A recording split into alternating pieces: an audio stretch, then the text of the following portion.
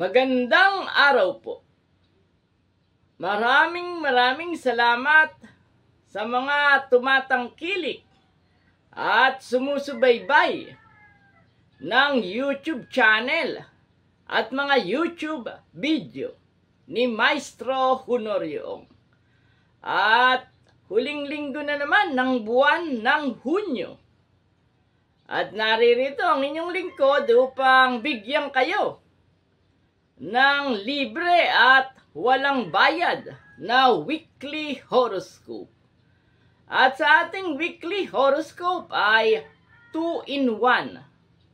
Nalaman nyo na ang inyong horoscope sa linggong ito ay pwede nyo pang basahin sa ilalim ng video ito o sa description ang isang nobelang hinango sa mga aklat ni Maestro Honorio, ang sikreto ng okultismo at mistisismo. Yan ay hinango sa isang kabanata sa mga aklat ni Maestro Honorio upang magsilbing patikim sa mga nagnanais malaman kung ano pa ang ibang mga sinusulat ni Maestro Honorio. Ang kabanata ng sikreto ng okultismo at mistisismo ay kasaysayan ng isang bata na naghahangad na magkaroon ng kapangyarihan. At sa panahong ito ng huling linggo ng buwan ng Hunyo 2024 ay nasa ika-11 labas na tayo. Kaya serialize nating inilalabas ang nasabing nobela tuwing mayroong weekly horoscope. Kaya sa mga mahilig magbasa, pwede ninyong balikan ang mga naunang issue o video ng ating weekly horoscope at pagduktong-duktongin nyo upang mabasa nyo ang simula ng nobelang Ang Sikreto ng Okultismo at Mistisismo. Kaya naman, siksik at punong-puno ng kaalaman at impormasyon ng ating weekly horoscope. At sa mga bagong sumusubaybay sa ating YouTube video, maaari nyo ring balikan ang ating mga playlist kung saan nandyan ang swerting punsoy tips. Kung nais nyong matuto ng sariling pagpupunsoy, nandyan ang swerting guhit ng palad. Yung 40 natin ay palmistry. Matututo kayo mag-isa nyo kung paano babasahin ang kapalaran sa pamamagitan ng guhit ng palad. Nandyan din sa ating playlist ang swerting numerology. Ang pag-alam ng kapalaran sa pamamagitan ng birth date at destiny number. Nandyan din sa ating playlist na maaari nyong balikan at tingnan ng ating YouTube channel na ito ang interpretasyon ng mga panaginip, swerteng panaginip. At kung nagbabala kayong matuto kung paano ini-interpret ang guhit ng palad at signature, pwede nyo ring balikan ang ating playlist na swerteng sulat kamay o swerteng handwriting analysis.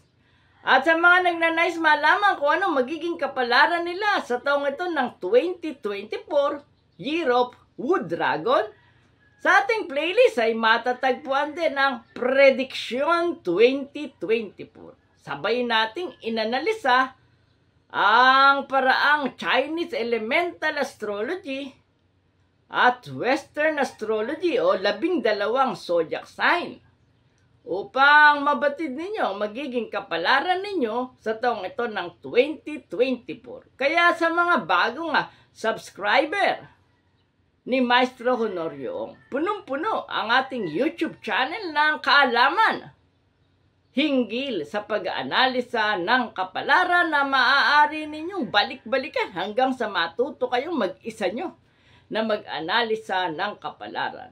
At sa mga hindi pa nagsasubscribe, mag-subscribe po kayo dahil marami po tayong surpresang mga YouTube video na i-upload.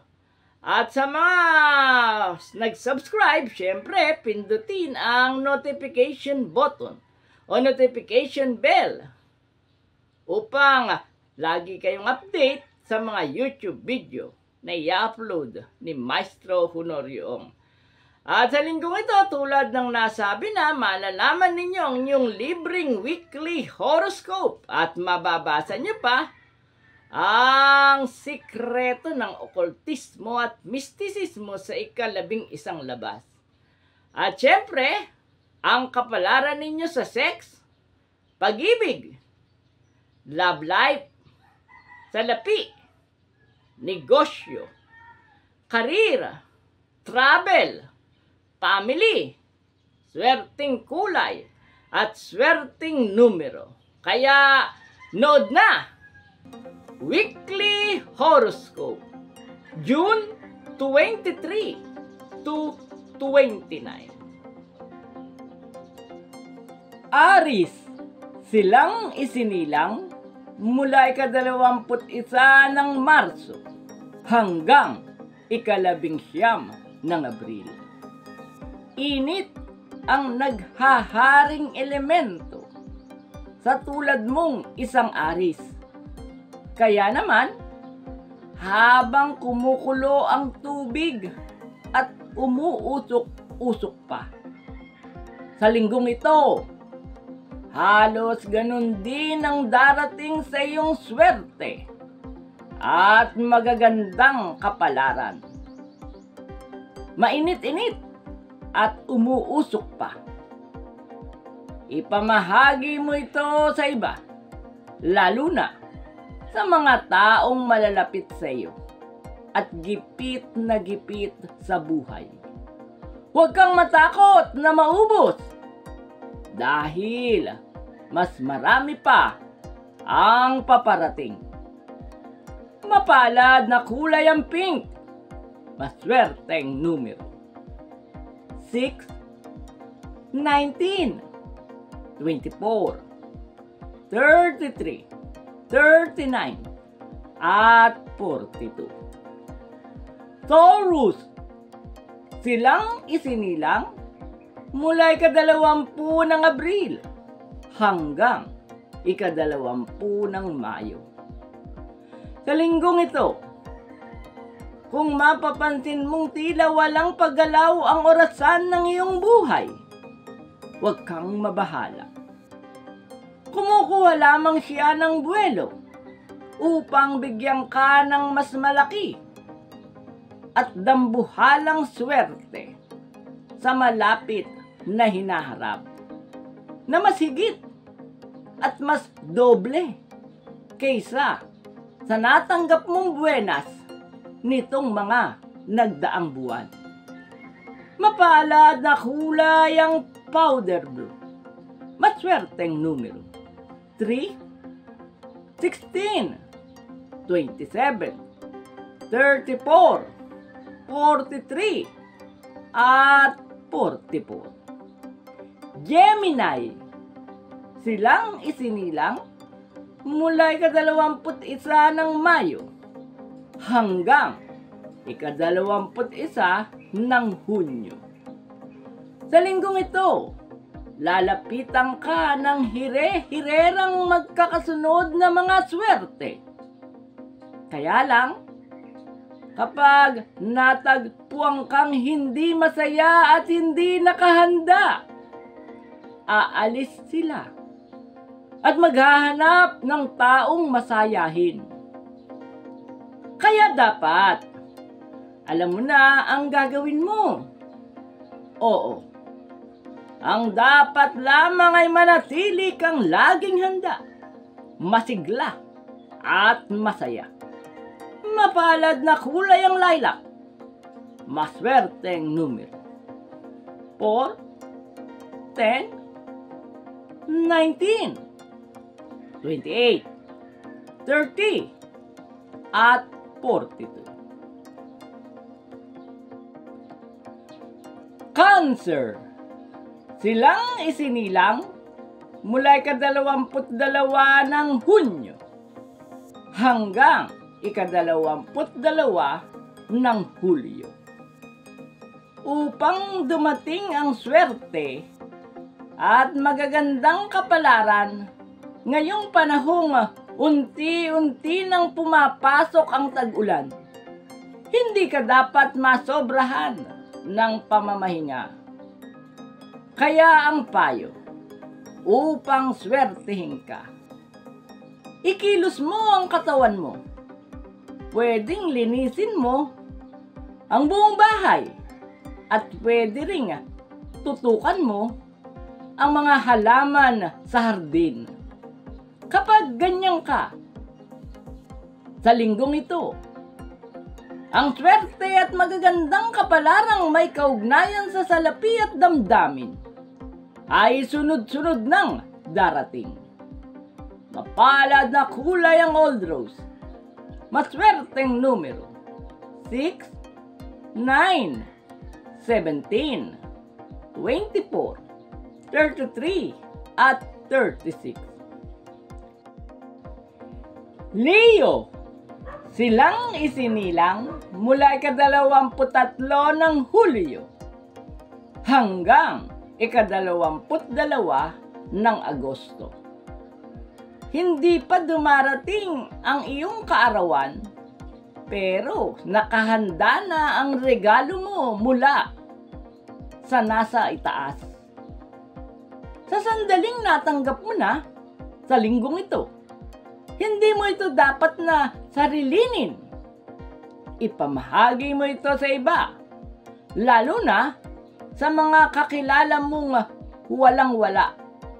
Kapag ganyan ka, lalong darami ang mga biyaya at pagpapala na iyong matatanggap mula sa langit. Mapalad na kulay ang emerald green. Maswerteng numero 1, 14, 16, 25, 37, at 40. Virgo, silang isinilang mula ika-23 ng Agosto hanggang ika-22 ng Setyembre. Sa linggong ito, kung ano ang bago, iyon ang pipiliin mo. Kaya sa pamimili ng kahit ano pamang bagay, makikita sa loob ng bahay nyo, puro bago ang gamit mo. Pero wag mo itong gagawin sa larangan ng pag-ibig. Hindi ka dapat magpabago-bago ng puso at damdamin. Mas maganda kung isa lang ang iyong mamahalin. Ang kasalukuyan mong kasuyo, ang sakto at bagay na bagay sa iyo. Mapalad na kulay ang gold. Maswerteng numero 5, 18, 22, 31, 42, at 45. Libra, silang isinilang mula ika-23 ng Setyembre hanggang ika-23 ng Oktubre. Halinggong ito, ang mga swerte mo ay agad na magdaratingan kapag pinanatili mo ang mabilis na pagpapatawad sa mga taong naiinggit sa iyo at sa mga nakagagawa sa iyo ng pagkakamali at kasalanan. Ituloy mo ang dati mo ng pangako sa sarili. Mabubuhay ako sa pag-ibig, sa romansa, at sa pagpapatawad sa halip na sa galit, pagkamuwi at paghihiganti. Kapag ganyan ka, tuloy-tuloy na darating sa iyong buhay ang swerte at magagandang kapalarang may kaugnayan sa pag-ibig at sa salapi. Mapalad na kulay ang red. Maswerteng numero 1, 13, 19, 28, 36, at 44. Scorpio, silang isinilang mula ika-24 ng Oktubre hanggang ika-21 ng Nobyembre. Huwag nang intindihin pa ang sari-sari at kung ano-anong intriga. Sa halip, sa linggong itodo mo na ang iyong lakas. Kailangang madoble ang kinikita. Napapansin naman ng langit ang iyong mga pagsisikap. Kaya bago dumating ang saktong araw ng iyong kaarawan, maraming swerte at mga biyaya ang sunod-sunod mong matatanggap. Mapalad na kulay ang burgundy. Maswerteng numero 4, 12, 19, 31, 40, at 43. Sagittarius, silang isinilang mula ika-22 ng Nobyembre hanggang ika-21 ng Disyembre. Sa linggong ito, pigilin mo ang walang habas na paggasta. Hindi tama ang kinakatuwiran mo na maliit lang at mura lang ang halaga. Bargain, buy one take one, at sales kasi ang mga paninda. Pansinin mo sa pagkagasta mo at kagagasta. Sa huli, kapus na kapus ka. At hindi mo ba nakita, yung mga binili mong bagay dati pa ay nagiging abubot lang sa bahay. Mapalad na kulay ang purple. Maswerteng numero 9, 12, 21, 24, 33, at 45. Capricorn, silang isinilang mula ika-22 ng Disyembre hanggang ika-19 ng Enero. Ito ang araw na iyong pinakahihintay, na kung kailan ay walang makahahadlang sa iyong mga kursunada. Maging ang mismong langit ay makikiayon sa iyong kagustuhan. Kaya naman ngayon na rin ang mga araw na nakagugulat.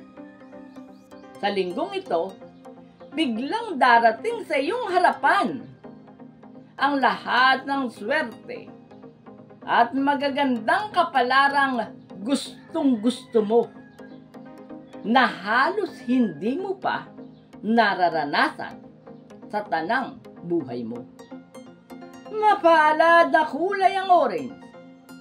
Maswerteng numero 7, 16, 23, 26, 35, at 43.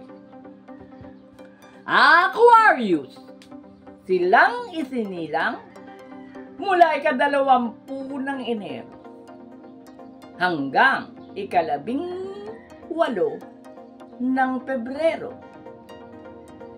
Sa linggong ito, hindi mapapasayo ang inaasahan mo. Ngunit ang ibibigay sa iyo ay higit sa inaasam-asam mo. Ang mahalaga, hindi ka dapat mainip. Tandaang ang marunong maghintay ay lagi nang nagkakamit ng mas maraming mga biyaya at magagandang kapalaran mula sa langit. Mapalad na kulay ang yellow. Maswerteng numero 4, 8, 15, 24, 39, at 44. Pisces, silang isinilang mula ika-19 ng Pebrero hanggang ika-20 ng Marso. Bumubuka ang mga bulaklak kapag sakto na sa panahon upang magsaboy ng bango. Ganon din ang iyong kapalaran. Sa linggong ito, sakto na sa panahon. Kaya bubuka na ang mga ginintuang swerte at magagandang kapalaran na isa-isa mo nang aanihin, pipitasin at pagsasawaang tamasahin ngayon. Mapalad na kulay ang pits, maswerteng numero. 6, 13, 21, 27, 32, at 43. Maraming salamat po sa nanood ng YouTube video ni Maestro Honorio Ong at sa mga nanonood at sumusubaybay ng kanyang YouTube channel. Huwag niyo pong kakalimutan mag-subscribe at pindutin ang notification button.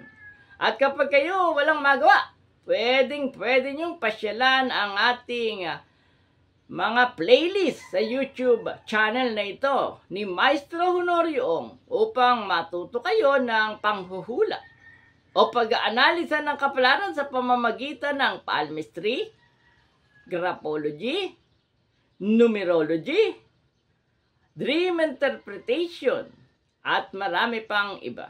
Kaya muli, magkita-kita tayo para sa susunod na Weekly Horoscope.